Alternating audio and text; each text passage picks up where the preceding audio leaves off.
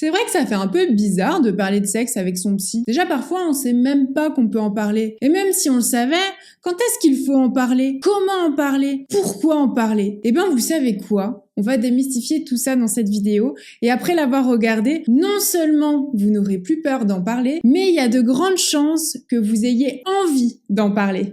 J'avoue que ça me viendrait pas à l'idée de parler de ma vie sexuelle à mon psy. Et tu n'es pas la seule. Parler de sexe, c'est assez tabou. On arrive à en parler à ses amis parfois, et encore, on peut être très pudique et pas osé. Alors imagine en parler à son psy, quelqu'un que tu connais pas. Pourtant, la sexualité, ça fait partie de la vie, et tu peux te trouver dans des situations où t'as envie, voire besoin d'en parler. Ok, mais j'ai le droit? Bien sûr! Raisonnons dans l'autre sens. Qu'est-ce qui se passerait si tu n'en parlais pas? Tu vas rester frustré avec des difficultés alors même que tu consultes quelqu'un pour ça. Tu n'auras pas de retour objectif sur ta situation, tu continueras à ruminer, à te poser 1 milliard de questions et tu resteras à nouveau seul avec tes émotions, tes doutes et tes problèmes. Alors, à ton avis, est-ce que ça vaut vraiment le coup de pas en parler?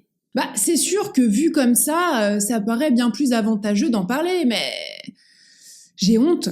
Parler de sa vie sexuelle peut amener à une forme de timidité et de honte, c'est normal, mais c'est souvent parce qu'on a l'impression que l'autre en face va nous juger. Or, je te rappelle qu'un psy ne juge pas. Tu es donc parfaitement tranquille et libre de pouvoir exprimer tout ce que tu souhaites. Peu importe les sujets que tu abordes en thérapie. Et la sexualité, ça en fait partie. Ton psy est là pour t'écouter et non te juger. Ou alors, faut changer de psy. Le psychologue a une obligation de confidentialité. Tu peux donc en parler en toute liberté. J'avoue que le fait de savoir que je ne serai pas jugée, ça m'aide beaucoup. Même si je pense qu'il faut quand même sauter le pas d'abord.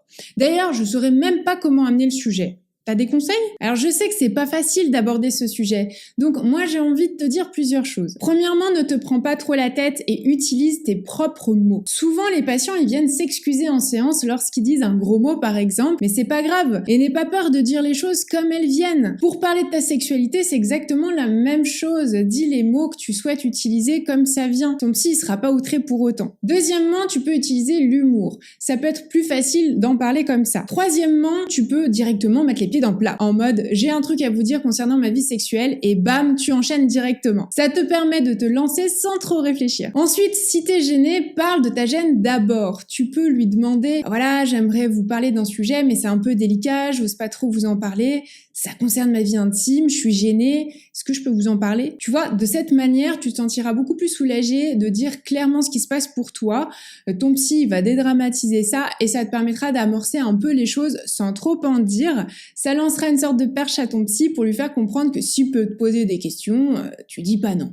Et enfin, tu peux aussi utiliser l'écrit dans un premier temps par une lettre ou un SMS par exemple, en mode la prochaine fois j'ai un truc à vous dire sur ma vie intime, ou bien tu peux voir avec ton psy s'il a des supports à médiation pour faciliter la parole comme les cartes projectives. Dans tous les cas, vas-y à ton rythme, il n'y a pas d'urgence. D'ailleurs, sache que c'est parfois le psy qui va te poser des questions sur ta sexualité lorsqu'il sent que c'est nécessaire. Évidemment, t'es pas du tout obligé de répondre, hein. Encore une fois, c'est un sujet important au même titre que le domaine professionnel ou amical par exemple, donc il peut de lui-même en parler. Surtout qu'il y a quand même beaucoup de personnes qui ont des difficultés et qui ne savent absolument pas à qui en parler, notamment si je prends par exemple le vaginisme. J'avais d'ailleurs fait une vidéo sur le sujet que je te mets juste en haut si ça t'intéresse. Il y a aussi des pathologies comme la dépression par exemple qui peuvent avoir comme conséquence une baisse de la libido par exemple. Donc en tant que psy, permettre aux patients de libérer la parole sur la sexualité et venir questionner le désir et l'épanouissement sexuel, eh bien ça peut être tout à fait pertinent. D'ailleurs dites-moi en commentaire si en tant que psy ou patient vous osez en parler, je serais vraiment curieuse d'avoir vos retours. Je me sentirais quand même un peu gênée devant mon psy, hein. Eh bien, je vais te raconter l'histoire d'une de mes patientes. Elle était venue me voir sans jamais aborder sa vie sexuelle. Pourtant, son seul problème était lié à sa sexualité. Pendant plusieurs séances, on tournait un peu autour du pot.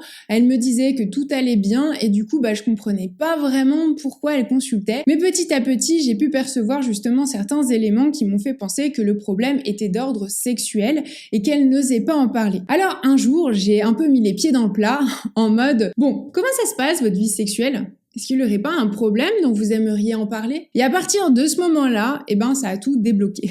Je pense qu'elle avait besoin justement que ce soit moi qui aborde ce sujet comme une manière finalement de lui donner l'autorisation d'en parler. C'est pour ça qu'en tant que psy, n'hésitez pas à en parler à vos patients, ne serait-ce juste pour vérifier que tout va bien de ce côté-là, si ce n'est pas un sujet justement qu'ils espéreraient secrètement aborder. Mais est-ce que le psy peut être gêné aussi de parler de sexualité? C'est une bonne question. En réalité, oui, certains psys ne se sentent pas à l'aise ou tout simplement pas assez formés. Dans ces cas-là, il te dira juste que ça dépasse en fait ses compétences, qu'il n'est pas la personne la plus adaptée, il te redirigera vers un sexologue par exemple. Ça existe ça? Absolument. La sexologie est un domaine à part entière. En psycho, selon les facs, on peut l'aborder comme pas du tout. Par exemple, dans mes études, on n'a quasiment jamais parlé de sexologie, alors que dans d'autres facs, c'est au programme, tu vois. C'est donc pour ça qu'il arrive que ton psy te propose de consulter un autre confrère spécialisé en sexologie s'il ne dispose pas des connaissances et outils nécessaires pour t'accompagner au mieux. D'ailleurs, dites-moi en commentaire si ça vous intéresse que je fasse une vidéo sur la sexologie,